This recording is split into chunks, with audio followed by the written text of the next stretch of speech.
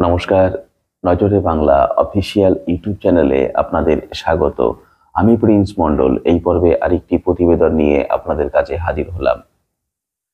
এই মুহূর্তে যারা একটু রাজনীতির খোঁজ খবর রাখার চেষ্টা করেন বা রাজনীতি নিয়ে একটু চর্চা করতে ভালোবাসেন, তাদের কাছে বিষয়টি আর অজানা নেই। তা হলো এবছরের ফেব্রুয়ারি মাসে, জানুয়ারি মাসের আজকে প্রায় শেষের দিকে আমরা এগিয়ে চলেছি।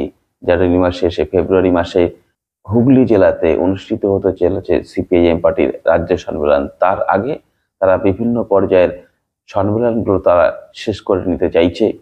নিচু স্তরের এরিয়া কমিটি শাখা স্তরের সম্মেলন তারা শেষ করেছেন, জেলা স্তরের সম্মেলন চলছে, আর মাত্র কয়েকটি জেলার সম্মেলন বাকি রয়েছে। তারপরেই তারা রাজ্য সম্মেলনে প্রবেশ করবে, আর রাজ্য সম্মেলন শেষ করেই তারা প্রবেশ করবে সর্বভারতীয় সম্মেলন, যাকে তারা পার্টি কংগ্রেস বলে অভিহিত করে থাকেন। আর এই রাজ্য সম্মেলনের আগে কলকাতার বুকে অনুষ্ঠিত হয়ে গেল 3 দিন ধরে, গত শুক্রবার থেকে রবিবার পর্যন্ত সিপিআইএম পার্টির কেন্দ্রীয় কমিটির সভা। আপনারা একথা জানেন, 2011 সালের পর থেকে পশ্চিমবঙ্গের বুকে বামপন্থীদের রাজনৈতিক শক্তি ক্রমাগত দুর্বল হয়ে চলেছিল। বিশেষ করে সিপিআইএম পার্টি, তাদের রাজনৈতিক শক্তি বেশ খানিকটা দুর্বল হয়েছিল, রাজনৈতিকগতভাবে তাদের রক্তক্ষরণ ঘটে চলেছিল। কিন্তু আশার কথা এটাই সিপিআইএম পার্টির কাছে, তা হলো 2024 সালের মাঝামাঝি সময় পর্যন্ত তারা এই অবস্থায় ছিল। 2024 সালের মাঝামাঝি এসে তাদের রাজনৈতিক রক্তক্ষরণটা তারা বন্ধ করতে পেরেছে বলা যেতে পারে, এবং তাদের দুর্বলতা যে হচ্ছিল সেখানে তারা দুর্বলতাটাকে আটকাতে পেরেছে, এবং বিভিন্ন ক্ষেত্রে কিছু কিছু ক্ষেত্রে তারা শক্তিশালী হচ্ছে এবং তাদের শক্তি বৃদ্ধি করতে শুরু করেছে। আর এই শক্তি বৃদ্ধিটা শুরু হয়েছিল শহর কেন্দ্রিক। পরবর্তীকালে সিপিএম পার্টির নেতৃত্বে চোখে পড়ে শহর কেন্দ্রিক পার্টিটা শক্তিশালী হচ্ছে ধীরে ধীরে, একথা ঠিক, কিন্তু গ্রামের দিকে কিন্তু সেই দুর্বলতাটা থেকে গেছিল। সেই কারণেই সিপিআইএম পার্টির নেতৃত্ব গ্রামের দিকে নজর দিয়েছে। আপনারা জানেন ইতিমধ্যেই বিভিন্ন গ্রামীণ এলাকায় সিপিআইএম পার্টি তাদের শক্তি ধীরে ধীরে বৃদ্ধি করতে শুরু করেছে। আপনারা যদি দেখেন, ইতিমধ্যে বেশ কিছু জায়গায় বিভিন্ন সমবায় সমিতির নির্বাচনে সিপিআইএম পার্টি ব্যাপকভাবে জয়লাভ করে চলেছে। বিশেষ করে যে সমস্ত জায়গায় সিপিআইএম পার্টির ঝান্ডা ধরা লোকের সংখ্যা অনেকটাই কমে এসেছিল, সেইভাবে লোকজন খুঁজে পাওয়া যাচ্ছিল না। একটা সময় বলা হচ্ছিল সিপিআইএম পার্টি এ সমস্ত জায়গায় শূন্য হয়ে যেতে পারে। এরকম একটা জায়গায় দাঁড়িয়ে সেই সমস্ত জেলাগুলোতে ওই যে যারা সিপিআইএম পার্টির ঝান্ডাটাকে ঘরে সযত্নে তুলে রেখে অন্য রাজনৈতিক দলের ঝান্ডা ধরেছিল, বিভিন্ন আশায় বুক বেঁধে তারা হতাশা হয়ে আবার সেই ঘরের কোণে তুলে রাখা সেই লাল ঝান্ডাটি আবার পরিষ্কার পরিচ্ছন্ন করে কাঁধে তুলে নিয়ে সিপিআইএম পার্টির দলে দলে যোগ দিচ্ছে। সিপিআইএম পার্টির বিভিন্ন লড়াই আন্দোলনে তারা সামিল হচ্ছে।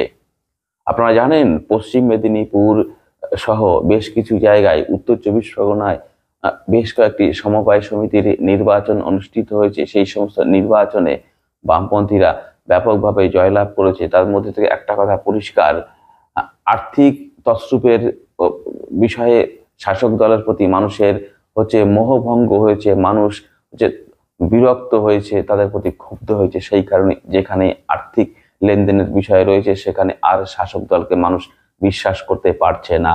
সেই কারণেই তো এই সমবায় সমিতিগুলোতে কোনো কোনো জায়গায় বিনা প্রতিদ্বন্দ্বিতায় জয়লাভ করছে, কোনো কোনো জায়গায় বিজেপি এবং তৃণমূলকে পরাজিত করে সিপিআইএম পার্টির প্রগতিশীল বামপন্থীরা জয়লাভ করছে। মানুষ আবার বামপন্থের উপরে বিশ্বাস রাখছে, এটা আর বলার অপেক্ষা রাখে না।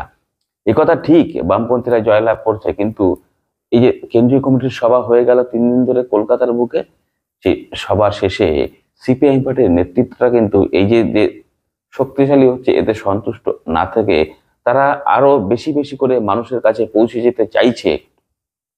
বামপন্থার পুনরুত্থান, সিপিআইএম পার্টির পুনরুত্থান তারা কিভাবে করা যায় তার রণকৌশল তারা ঠিক করতে চাইছে। সেই কারণে তাদের রাজনৈতিক খসড়া তারা তৈরি করেছে। আগামী ফেব্রুয়ারি মাসে হয়তো তার সেই খসড়া প্রকাশ হতে পারে। এই বিষয় নিয়ে কিভাবে সিপিআইএম পার্টিকে আরো শক্তিশালী করা যায় সেই বিষয়ে সিপিআইএম পার্টির বর্ষিয়ান নেতা এবং বামফ্রন্টের চেয়ারম্যান বিমান বসু এবং সিপিআইএম পার্টির রাজ্য সম্পাদক মোহাম্মদ সেলিম কিছু কথা বলেছেন। কিছু কথা কিভাবে আরো শক্তিশালী করা যায় সেই বিষয়ে তারা দিক নির্দেশ করতে চাইছে। আগে আসুন শুনি আমরা তারা কি বলেছেন, তারপরে আর দু চারটি কথা বলবো আপনাদের কাছে। মানুষকে বোঝাতে হবে, মানুষের সঙ্গে কথা বলতে হবে, নিবিড় জনসংযোগ বাড়াতে হবে এবং সমস্ত প্রশ্নের উত্তর দিতে হবে। এই পরিশ্রম করে খাটনিটা করতে পারলে মানুষ কিন্তু তারা মায়ের পেট থেকে পড়েই কিন্তু সাম্প্রদায়িক হয় না। সাম্প্রদায়িক হয় হচ্ছে প্রচারের মধ্য দিয়ে। আপনারা জানেন পশ্চিমবঙ্গে সিপিআইএম বা বামপন্থার পুনরুত্থানের জন্য আন্দোলন সংগ্রাম সংগঠন তার কাজে আমরা লিপ্ত আছি। বৃহত্তর বাম ঐক্য গড়ে তোলা হচ্ছে। আপনারা শুনলেন এই নেতৃত্বের কথা, কিভাবে পার্টিকে শক্তিশালী করা যায়, আরো বেশি মানুষের কাছে পৌঁছে যাওয়া যায় সেই বিষয়ে তারা চিন্তা ভাবনা শুরু করেছেন। তবে যে কথা বলছিলাম এ কথা ঠিক যে বামপন্থীদের রাজনৈতিক শক্তি ক্রমাগত বৃদ্ধি পেয়েছে, আর এই রাজনৈতিক শক্তি বৃদ্ধি পাওয়ার পেছনে মূল কারণ সিপিআইএম পার্টির যে গণসংগঠনগুলো রয়েছে তার মধ্যে উল্লেখযোগ্য যদি আমরা ধরি বিভিন্ন শ্রমিক সংগঠন, মহিলা সংগঠন এবং ছাত্র এবং যুব সংগঠনের তাদের যে শক্তি বৃদ্ধি, আর একটি রাজনৈতিক দলের শক্তি বৃদ্ধির ক্ষেত্রে সেই রাজনৈতিক দলের যে গণসংগঠনগুলো তাদের ভূমিকা কিন্তু অপরিসীম। সেইভাবেই রাজ্যের বিভিন্ন জেলায় জেলায় এইসব সংগঠনের হচ্ছে পতাকা তলে মানুষের সংখ্যা বৃদ্ধি পাচ্ছে। ইতিমধ্যে আপনারা জানেন যুব সংগঠন তাদের হচ্ছে সদস্য সংখ্যা প্রায় ৩৫ লক্ষের কাছাকাছি তারা হচ্ছে সংগ্রহ করতে পেরেছে সদস্য। সেইভাবেই এসএফআই এর সদস্য সংখ্যা বৃদ্ধি পাচ্ছে। আর শ্রমিক সংগঠন তো বরাবরই হচ্ছে বামপন্থী এদের উপরই আস্থা ভরসা রাখে। স্বাভাবিকভাবেই আগামী দিনে এবং এই আরজি করের ঘটনার পরে মহিলা সংগঠনের নেতৃত্বেও কিন্তু মহিলা হচ্ছে সংগঠন শক্তিশালী হচ্ছে। এরকম একটা জায়গায় দাঁড়িয়ে বামফ্রন্ট কিন্তু বা বিশেষ করে সিপিআইএম পার্টি হচ্ছে তাদের শক্তি বৃদ্ধি করে চলেছে। কিন্তু একথা ঠিক শক্তি বৃদ্ধি করছে, সঙ্গে একথাও ঠিক সিপিআইএম পার্টির নিচু স্তরের বিশেষ করে জেলা স্তরের একটা অংশের নেতৃত্বের মধ্যে যে মানসিকতায় মেদ জন্মেছে, যে কথা সাম্প্রতিক চালু হয়েছে, সেই মানসিকতার মেদ কিন্তু এখনো তারা কাটিয়ে উঠতে পারেনি। যে বিভিন্ন ইস্যু রয়েছে এই মুহূর্তে, যে ইস্যুগুলোর কারণে মানুষ শোষিত বঞ্চিত, মানুষ ক্ষতিগ্রস্ত, সেই সব ইস্যু নিয়ে এখনো পর্যন্ত তারা মানুষের কাছে সেইভাবে পৌঁছতে পারেনি। বিগত দিনে সিপিআইএম পার্টি যেভাবে বিভিন্ন গ্রামগঞ্জে গিয়ে তারা রাজনৈতিক কর্মকাণ্ড পরিচালনা করত, মানুষের কাছে কাছে পৌঁছে যেত, পথসভা করত, পাড়া বৈঠক করত, মিটিং মিছিল করত, সেই জায়গা থেকে তারা অনেকটাই নিজেদেরকে সরিয়ে রেখেছে এখনো পর্যন্ত তারা তাদের মেয়েতে ঝরিয়ে তাদের হচ্ছে লজ্জা ভেঙে এখনো কিন্তু হচ্ছে মানুষের কাছে পৌঁছতে পারছে না।